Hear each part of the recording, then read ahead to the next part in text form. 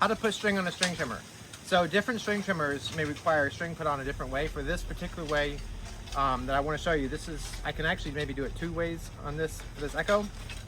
But you may want to measure how much. So if it takes 12 feet, and like let's say I'm 6 foot, I can go like this to kind of do a quick measurement. And this is about 12 feet. And for this particular model, I might put a link in the description. It's like the fast way to do it. Then you can take the string, and kind of go out to about this, so you know it's pretty much level.